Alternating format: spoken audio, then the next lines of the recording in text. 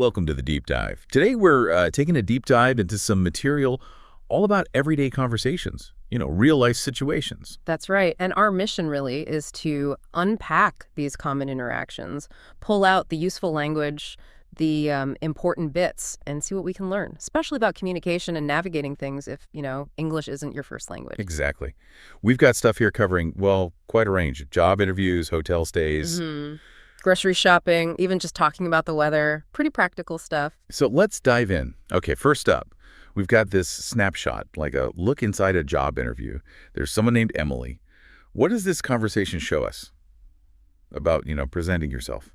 Well, Emily kicks things off pretty standardly, introduces herself, mentions her degree business administration, Okay. and she highlights her experience, specifically an internship at a marketing firm. So she's linking education and experience right away. Right. And she doesn't just say internship. She gets specific about what she actually did, like helping with social media campaigns, analyzing customer feedback. Yeah, and the language she uses shows what she liked about it. Teamwork, using data creatively. It shows enthusiasm, which is important. And it's interesting, she also brings in her interests outside work, like wanting to improve her public speaking. That's a subtle touch, isn't it? Shows she's, proactive about growth, not just waiting for work to teach her things. And she connects this back to the job she's applying for.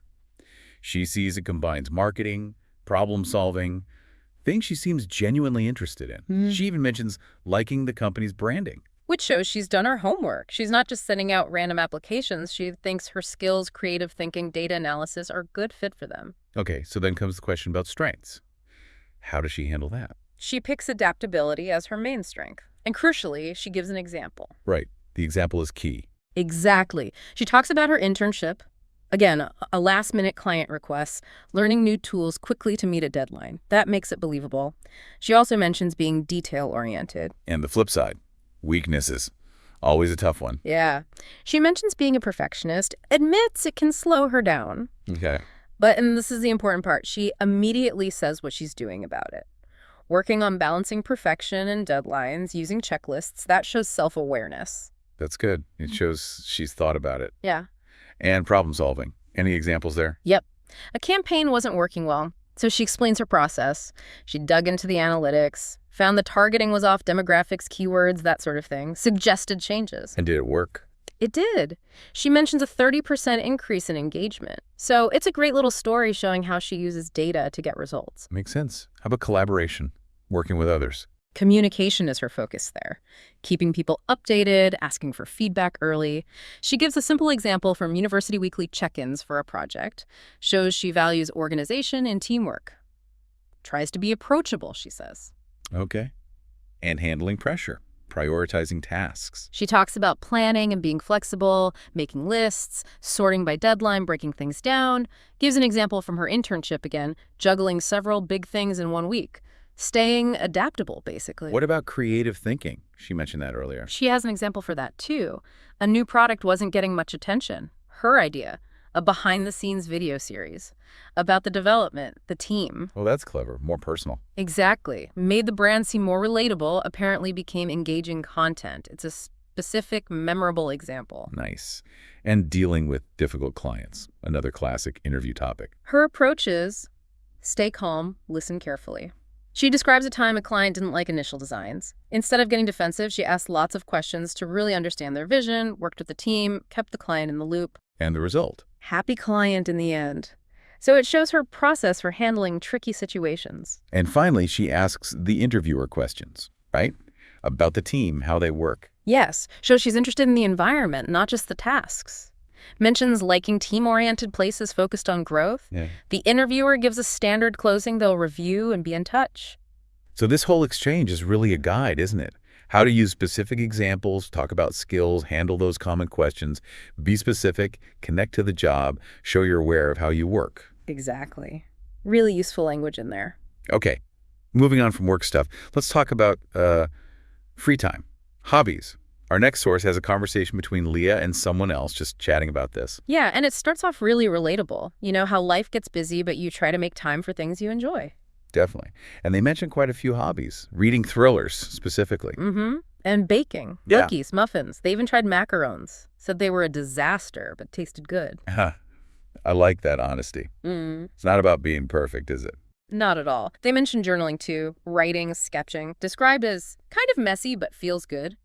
And knitting, someone tried it, made a lopsided scarf, but still had fun. It really emphasizes the process, the enjoyment, not the final product necessarily. Totally. There's also bird watching described as being about the whole experience, being quiet, observing, sketching them maybe? Oh, and collecting vintage postcards from the Yeah. early 1900s, imagining the people, calling it a little window into history. That's lovely. It is. And they talk about why hobbies are important. Relaxation, escape, a pause button for life, as they put it. Yeah, just enjoying yourself without pressure. Exactly. And how hobbies can connect people. Like, you overhear someone talking about a book you love. Oh yeah, that happens. You just jump in. Right, or just sharing what you're reading or watching. It makes it better somehow. They even look back at childhood hobbies, drawing, playing with Legos. How those early things kind of shape your interests later on. That creative spark. But then there's the challenge, right? Finding time for hobbies when life is so busy. They talk about feeling guilty sometimes. Which is so common. But they have some practical ideas, like even 10 or 15 minutes can help. Start small, like just decorating cupcakes instead of baking from scratch maybe. Or treating it like an appointment. Blocking out time in your calendar. And reminding yourself it's okay to take that break. It might actually make you more productive later. Let go of the pressure to be amazing at it right away. Yeah, just start small. And they end by talking about discovery. You never know where a hobby might lead, right? It could open up a whole new world. Simple or unique, big or small. So this chat gives you lots of ways to talk about your own interests, what you like doing to relax, and, the challenge of fitting it all in. Okay, let's shift gears again. Another really common situation. Staying in a hotel. We're following a guest, Liam Carter, checking in and interacting with staff at this Maplewood hotel. Loads of useful phrases here for travel. Absolutely. It starts right at the front desk with Riley. Liam confirms his booking. Reservation under Liam Carter mentions the room type, standard queen, and length of stay, 3 nights. Very clear, direct language. Riley asks for ID, asks about the stay alone business trip. She's helpful too, mentioning nearby restaurants, offering recommendations, standard nice hotel stuff. She gives key details about the room. 3rd floor, quiet area, park view, explains the checkout time 11 a.m., and adds that late checkout might be possible. Liam turns down help with luggage, a polite no thank you, gets the key card, learns how to use it, and importantly, the Wi-Fi info is right there on the card sleeve. Super convenient. Then breakfast info, where it is, the times, 7 to 10 a.m., buffet style, what's offered, hot and cold options, eggs, pastries, fruit, even an omelet station. Sounds good. And coffee, tea in the lobby, 247, all the essentials covered. Right. But before Liam goes up, he asks a few more questions. He wants to be sure about things, like confirming the queen bed size. Riley reassures him it's spacious, comfortable. He double-checks the park view. Full view. Faces the park, lovely in the morning. Wants to manage expectations, maybe. Could be. He asks about noise, too.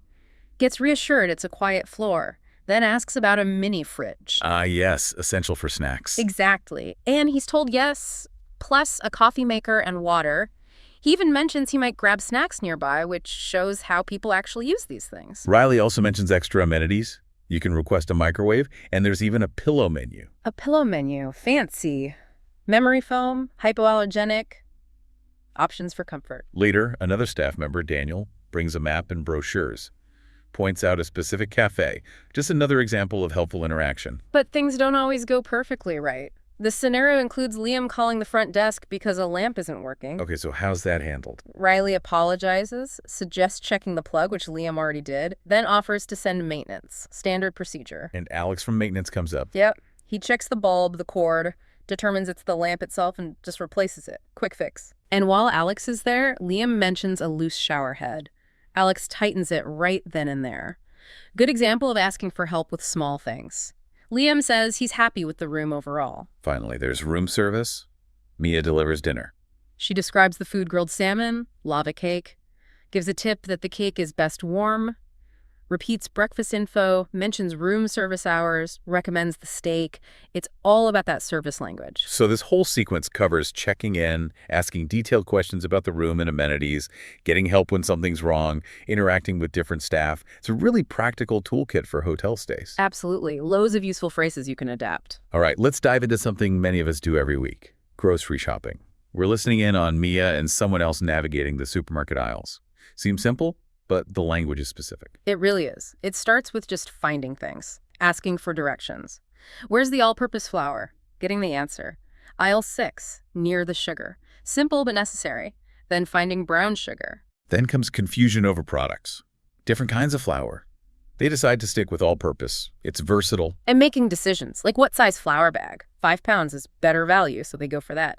Then snacks, chips, or popcorn. They talk about microwave popcorn sometimes burning. I hate that. Right. So they compare baked versus regular chips, end up getting one of each. Choosing crackers plain is more versatile. Find a good buttery brand and spot a deal. Buy 2, get 1 free. Deals are always good. They admit they're not sticking to the list, though. Happens to the best of us. Then the produce section. Picking bananas means looking for slightly green ones. Tomatoes, firm but slightly soft, smell fresh. Avocados, soft but not squishy. Apples, debating Honeycrisp versus Gala, deciding Honeycrisp is worth the extra cost. Lots of descriptive words there. What about veggies? Choosing loose carrots over bag for freshness. Getting spinach for smoothies, deciding between fresh bundles or pre-washed bags. Picking pre-washed to save time. Spotting strawberries on sale. Always good to note the sales. Then specialty items. Looking for gluten-free pasta rice versus chickpea, buying both for someone named Claire. Gluten-free bread, noting it's expensive. Finding organic peanut butter, talking about why no pesticides, better for the environment, no added sugar. Dairy section next. Choosing 2% milk. And crucially, checking expiration dates. Finding one that's way too soon. Looking at the back of the shelf for a newer one. Smart move.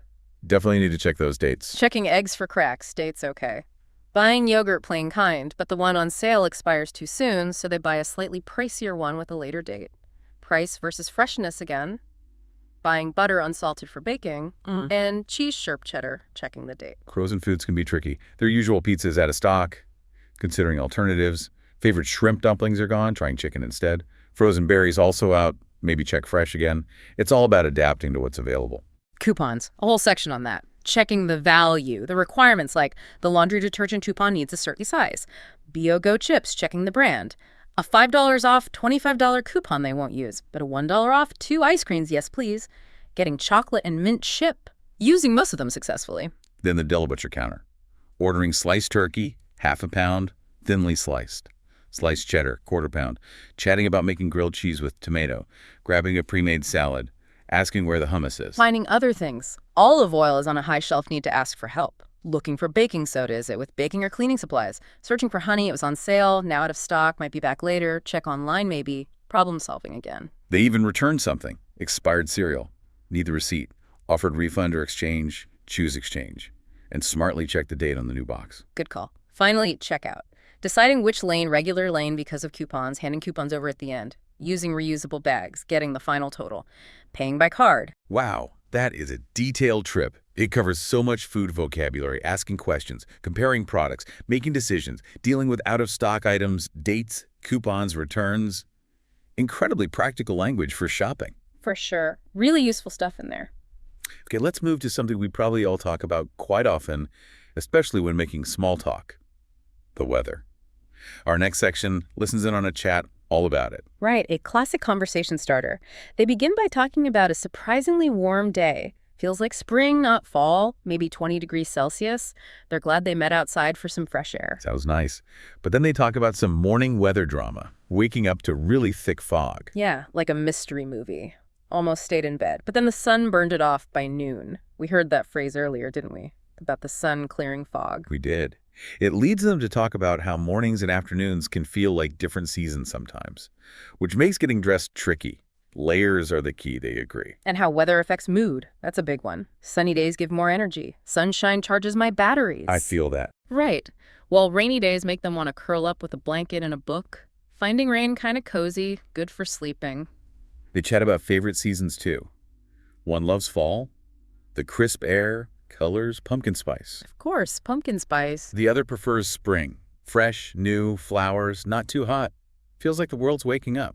Nice descriptions. They also discuss weather challenges, like those sudden summer downpours that come out of nowhere, getting soaked because you forgot your umbrella, joking it feels like the weather is playing a prank.